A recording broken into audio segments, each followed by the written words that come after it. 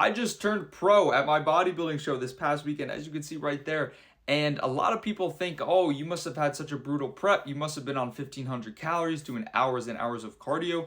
No, that could not be farther from the truth. The entirety of my prep, my calories never got below 2,400, and my cardio never got above 45 minutes per day. In fact, for the majority of my prep, I was on 2,600 calories, 30 minutes of cardio per day. So how was I able to get stage lean, eating so many calories and not doing a crap ton of cardio?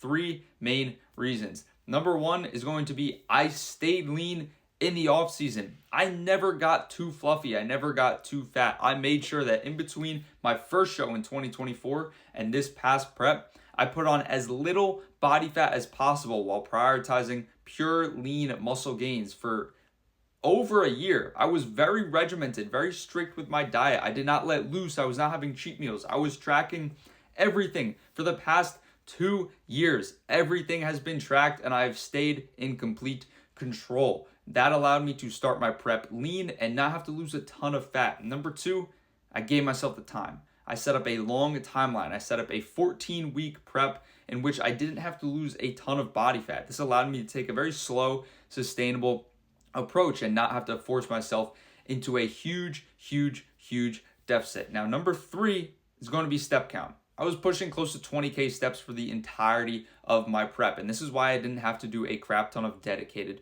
cardio. You can be doing 8,000 steps and eating 2,600 calories, but you're going to have to do a crap ton of dedicated cardio sessions depending on your metabolism, of course, if you want to create a steep enough deficit.